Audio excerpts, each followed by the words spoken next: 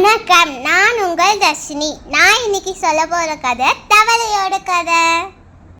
யாராவது நம்ம கிட்ட நெகட்டிவாக பேசினாங்கன்னா அதை எப்படி பாசிட்டிவாக மாற்றுறது தான் இந்த கதை. ஒரு நாள் ஒரு தவளை மரத்தோட உச்சிக்கு போக முடிவு செய்தது. மற்ற தவளைகளாம் உன்னால் முடியாது, கீழே இறங்கு, அது சாத்தியமே இல்லைன்னு கத்துச்சான். ஆனா அந்த தவளை மரத்தோட உச்சிக்கு போயிடுச்சு. அது எப்படி? ஏன்னா அந்த தவளைக்கு காது கேட்காதான். மற்ற தவளைங்களாம் ஆஹா சூப்பர், உன்னால முடியும், வா வா என்று நினச்சிக்கிச்சு. மற்ற தவளைங்க என்னை என்கரேஜ் பண்ணுறதா நினச்சிக்கிட்டு அதுவும் மரத்தோட உச்சிக்கு ஏறிடுச்சு.